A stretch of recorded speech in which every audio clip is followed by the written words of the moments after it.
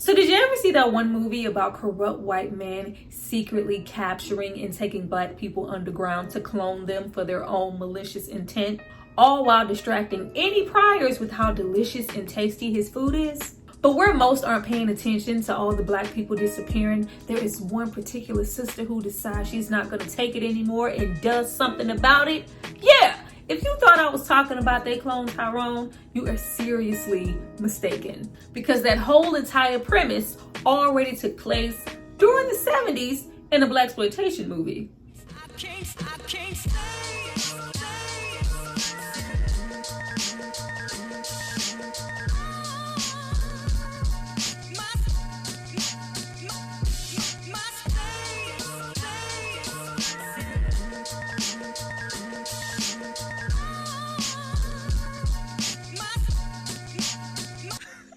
Hi you guys, welcome back to my channel. It's Tyra here with another struggle review, here to discuss Darktown Strutters. Now this movie is from 1975 and it stars Trina Parks. Now before we get into all things absolutely ridiculous, y'all, it was crazy, it was a lot. I need you guys to drop down and subscribe to my channel and like this video. I'm going to give you guys a moment to do that, then we're going to come back and discuss. This has to be one of the wackiest, bizarre, strange, peculiar movies that I have ever seen in my life, especially with black people. Like, even though this is not at all any type of movie that I would ever be interested in just viewing on GP, I cannot help but notice how much it has influenced so many movies and characters that came after it. Go back.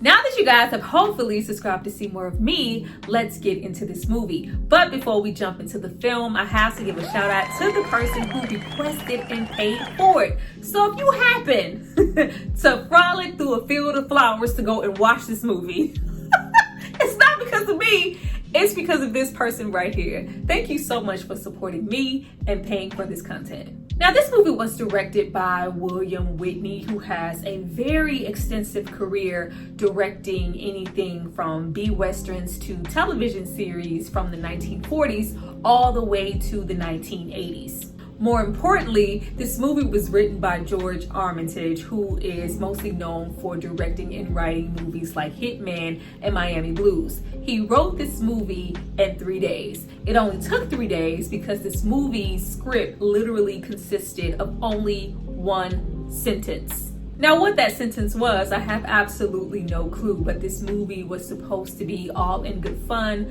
nothing to be taken all that serious. And it absolutely wasn't by anybody. This movie did not perform at all by any means. Nobody really understood it back then, but it later on grew and had a cult following, an inspiration to big directors like Quentin Tarantino, who calls this ridiculous satire, and that is absolutely what it is. But watching this movie for the first time myself, I can see it was an inspiration to not just him, but many others. Now, this movie is available on YouTube. I will leave the link below for anybody who cares to check it out. But right off the bat, I really didn't know what to expect. This is a blaxploitation musical comedy that was so different. So different. That's really the best way that I can describe it. When you hear things like blaxploitation, you don't think of things like satire, slapstick, parody type of comedy. This is campy, over the top ridiculousness. Think of things like The Jerk, Police Academy, Three Stooges, Blazing Saddles. Just a damn Looney Tunes cartoon. But in no way is this movie as good as the ones that I mentioned. It suffers heavily from really bad pacing, no character development, underutilized actors, blackface, dated derogatory racial slurs and sexual scenarios, just an underdeveloped execution overall, child. The writing was, 3 days. But you can also see traces of things like I'm Gonna Get You Sucker, Black Dynamite, Undercover Brother, Dragonfly Jones from Martin, and even something as recent as They Cloned Tyrone. Now, this movie definitely is not an easy watch. It is not for everybody. I could see a lot of you cutting it on and dismissing it as raunchy, exaggerated stupidity. But if you give it a minute to grow on you, there are gems to be had here. The music was awesome. This is, it's the 70s. Like, what more do I need to say? But this is also a musical, so we do get musical numbers. There are, 2 in particular that I absolutely love. Down. There is an a cappella version of the song sung in the park called I Don't Have to Shop Around. Lovely, beautiful, beautiful. The score and the arrangement in this movie is great. And of course, there is a whole full out and living color performance done by the dramatics themselves, singing, what you see, it's what you get, it's what you get. I said what? It was ha, the whole thing. They sung the whole thing. That was really, really great. We have 4 Black leading women here, and just the Black women in this movie in general, they are gorgeous. Like, oh my God. They all look so good, just drop dead gorgeous. And the same could be said about the wardrobe. The costume design here is so rich and extravagant. It kind of reminded me of those same feelings that I get watching The Wiz. You've got to be seen in green to show that your stuff's laid. If you're not seen in green, you better be wearing jade. Like, just throw away those green gems and wear rubies on your yacht. It's just so rich and colorful. All tailored to perfection, bedazzled to the gods, just really grand to gawk at. Like, who did the helmet headpieces? I really want to know. The same could be said for the set design. Though you can clearly see this movie wasn't made on some extravagant budget, there is so much effort put into the sets and props. No 2 people look the same. No 2 set designs look the same. You can tell that all of this creativity and effort went into making certain scenes appear the way that they look. And in the world now where everything is practically artificial and CGI, it's just really nice to see like, oh, they made that. Just so much here to make your eyes dance. And boy, is it here, because this is some elusive acid trip. But you can also tell that there is history here, like maybe Keenan Ivory Wayans or a Martin Lawrence, Robert Townsend. Watching this, maybe getting a little inspiration and going, like, I could do that. Now, there are some notable faces here. We have Roger E. Mosley playing Mello here. He was in a whole lot of movies back then during the blaxploitation era, but you probably know him mostly as, I asked you to put more chocolate in Chocolate City, not burn my goddamn club up. We also have Stan Shaw here, aka Taxi from Harlem Nights. George's mother is here. From the Jeffersons, Zara Cully does make a brief appearance here. But above all else, I was really happy to be introduced to somebody I had never heard of and never knew anything about her. Miss Trina Parks. She is the lead in this movie. Now, she is an incredible dancer, this choreographer. You've probably seen her dancing in that really great church scene during the Blues Brothers in the background. But she is also the very, very first Black Bond girl. I was like, oh, I didn't know that. Now, right off the bat, there isn't a whole lot of direction here. The movie immediately opens up giving us multiple scenarios just to display to us how badass the Darktown Strutters all-women biker gang is. Not too much dialogue, but just know that we will pass. Focus on our costumes, this extra sway, suggestive body language as we get on our little motorcycle, get off of it. The way everything is just to enunciate how fine they are.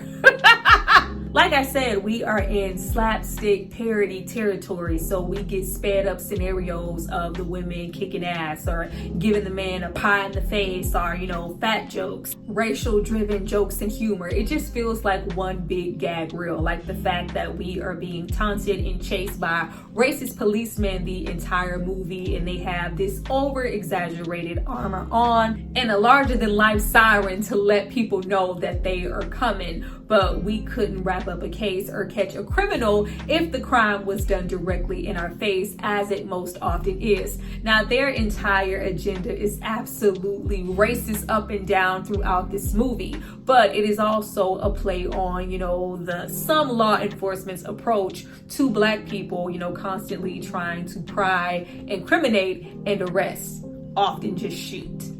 Now, the all-male rival, The Batch Gang, took the cake for me. Most often when I found anything comedic, which was far and few in between, it was involving them. Yet again, another set of men to contribute to the running theme that is in this movie. All the men here underestimating the likes of Serena and the other females in her gang strictly because they are females. What are you doing on a bike? What are you doing fixing a bike? What are you doing trying to go after anybody? You are merely a woman. However, Serena immediately proves them wrong when Mello loses to her in a race riding on his little scooter Vespa but when Serena and the girls decide to be good sports anyway and go back to their pad to hang, we get to know a little bit more about the man. Now we have Mello. Mello is the leader, and he is giving off all of the Pepe Le Pew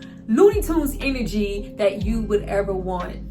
Constantly the entirety of the movie making sexual advances towards Serena because he want to be her man. Like all of the extraness, child, when he took her in his pad in that room, in that bed was just as dusty as a dirt road in the country, and he was just expecting sex from her because, you know, I can't go out there and tell my gang I ain't getting none. They gonna be looking for the scratches on my back, all while sucking his thumbs. Like the scenarios here are just crazy. You have member Runchy, who is just a runchy dude. You have Wired, who always seems to be hyperactive, always appears to maybe be on something, all while having the scarf around his neck be permanently stuck in a state of being blown back. Like, you gonna make her your mom. Like, it is just, it's weird, but in a good way. And then you have my favorite VD, aka short for venereal disease.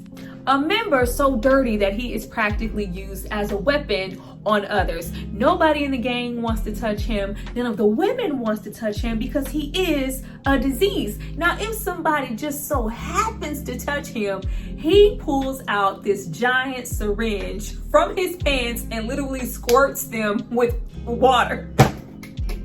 Penicillin, like, it's really hard to describe. These are things that you just have to see. Like, you know when somebody goes, you have to be there? Like, you literally have to be there to go, oh, okay, I get it. Now, once you spend almost 20 minutes there, you get into the real plot of the movie, which is Black people coming up missing in the community and the police, those racist police, not doing anything about it. So the likes of Serena has to take the issue into her own hands once she is informed by her brother, who is just doing all the karate, destroying this home. Like, it's weird, like we have to destroy the entirety of our home just to show our sister the new kung fu that we have learned. It reminded me so much of Martin's Dragonfly Jones and the character of Kung Fu Joe from I'm Gonna Get You Sucker. Oh, but he informs her that their mother is missing as well. Now, the missing mother in question, Cinderella, sent Serena meeting person after person and scenario after scenario to figure out where she is. Now, I do feel like this is where the movie dropped the ball. Now, of course, child, that's a given. But I did not like the fact that we focused strictly on Serena. We could have done that all while still including the other three women in the biker gang who were just like, they were just gorgeous. I just really wanted to see them more than we did. But we do see this as a mission strictly for Serena. Instantly in this quest, we wind up meeting Commander Cross of the Cross Foundation that her mother Cinderella used to work for, who is completely a parody of Colonel Sanders of Kentucky Fried Chicken. Now already, way back 1975, they are making parodies and jokes out of people trying to mind control us with food. Like, we already know what's up though. Now the commander here doesn't sell chicken, but he does sell barbecue and specializes in barbecue ribs that are bone sucking good with watermelon.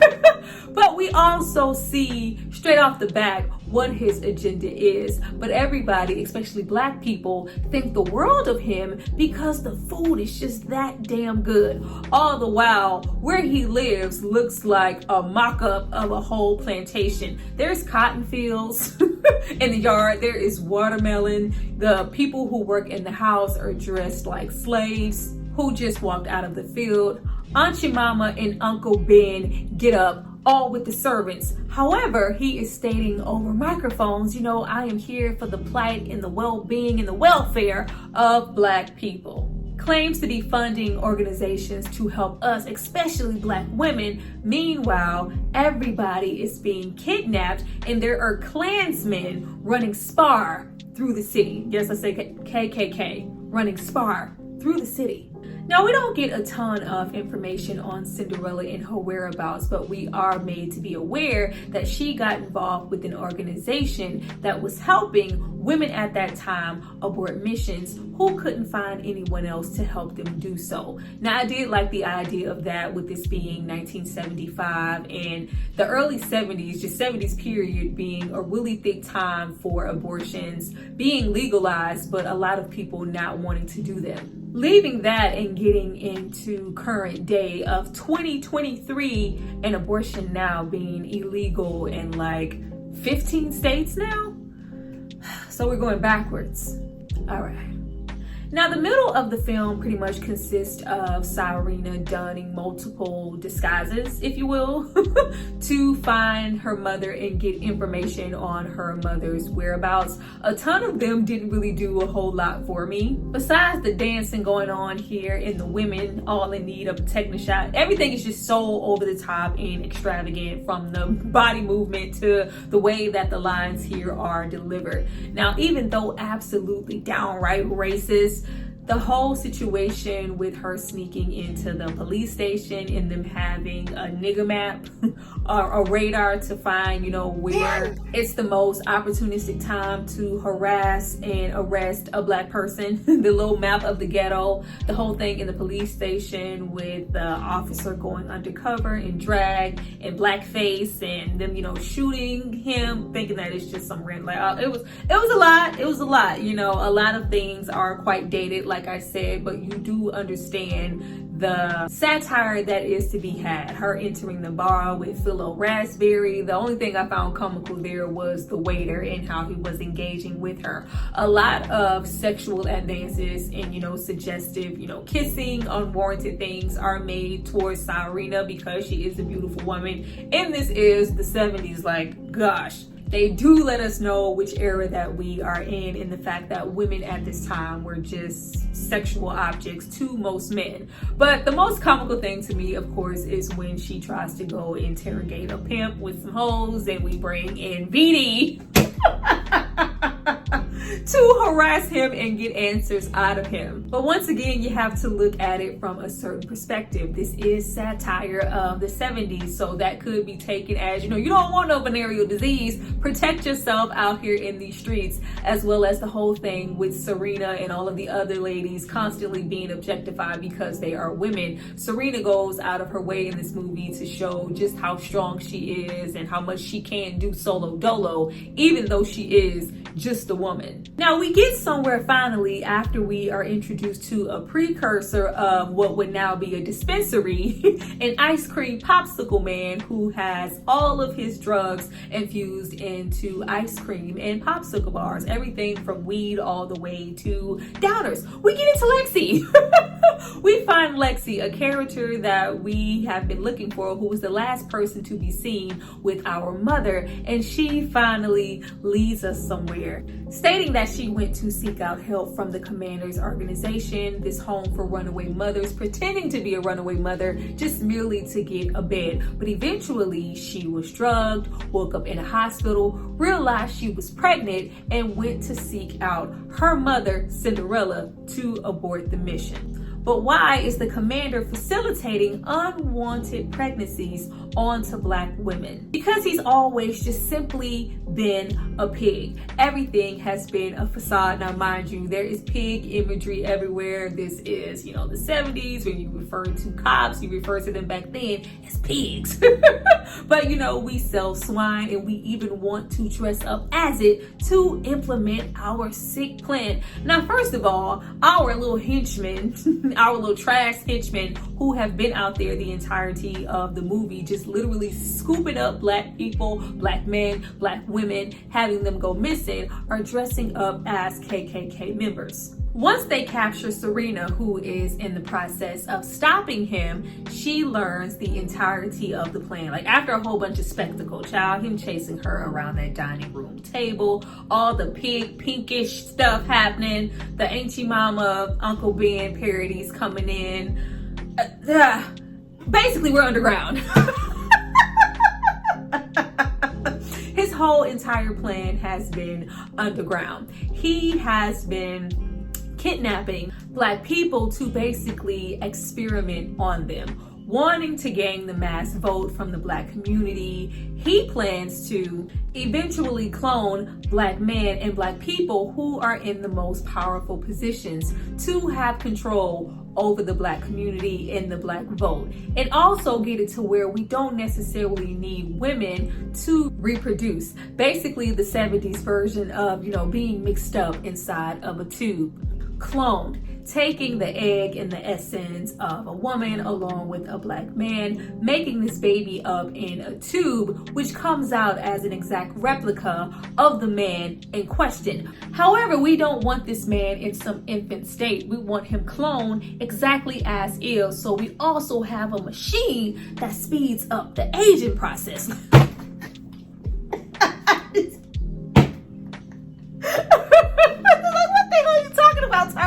Y'all have to watch it. Now, you do have Serena be really proactive at that moment. Hey, maybe this machine might not really be such a bad idea. I do not like the fact that you are kidnapping and trying to clone Black people, but the whole idea of a machine taking on the load of childbirth might not be such a bad idea. Getting into the women's rights era. But we also have her feeling like, why not clone your own? Why clone Black people? Because the Black vote is very powerful. In the end, Serena does find her mother in this underground dungeon, Cinderella chained to a wall along with all of the other people that have been kidnapped and have yet to be used in the process of this experiment. We also have her actively, instantly freed by an Auntie Mama lookalike saying, you know what, you get out there and expose him to the world. He stole the recipe for the ribs for me. Please let the community know, especially the Black community, not to be distracted by how finger looking good his food is. There is an agenda. Expose all of this. Now, in a very, they clone Tyrone fashion, all of the people that we met on her journey in quest to find her mother Cinderella rally together to go against the commander. Not only rescuing and freeing everybody who was locked down, but we get an all-out brawl in front of what looks to be a plantation. All of the commander's minions are all dressed in these pig costumes. The police are there. Members dressed in KKK garb are there, but we also have all the Black people that we met fighting, as well as additional biker gangs. Of course, we whoop ass and save the day, all while before we had an extensively long chase scene where the stunt double for Serena was clearly a man. But after we saved the day, using bombs, hitting people over the head with watermelons, as well as using the likes of giant Auntie Mama pancakes to knock people the hell out. That's the end of the movie. I tell you this, watch at your own risk. If you choose to watch this and really want to take something of value away from it, you can. But if you completely choose not to have anything to do with this movie, I completely understand that also. This is definitely not a movie for everybody. Well, you guys, that was my review for Darktown Strutters. I hope you enjoyed it. Please drop down and tell me if you did. Did you understand it? Did you get what I was trying to put down? Have you ever heard of or seen this movie? I would love to know. I appreciate you guys so much for watching this video. Remember to like, share, subscribe, as well as turn those notifications on so you can be here when I'm here right away. It helps me out so much. I see you guys next time for my next review. Bye.